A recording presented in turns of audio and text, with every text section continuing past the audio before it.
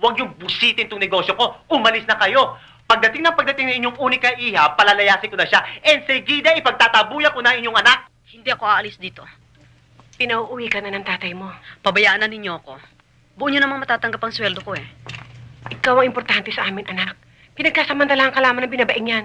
Ginagawa kang alipin. At sa atin, alipin din naman ako ah. Lorna, Anak nga ninyo ako pero baliwala sa inyo. Inaalila ninyo ko. Pinaghahanap buhay. Pagkatapos inilulubog ninyo sa kahiyan. Abay, bulgar na sa looban ng baho natin ah. Pinagtatawanan tayo. Matatanda na kayo. Pareho na kayong kulubot ng itay. Pagkatapos, mahilig pa kayo. Matakaw pa rin kayo.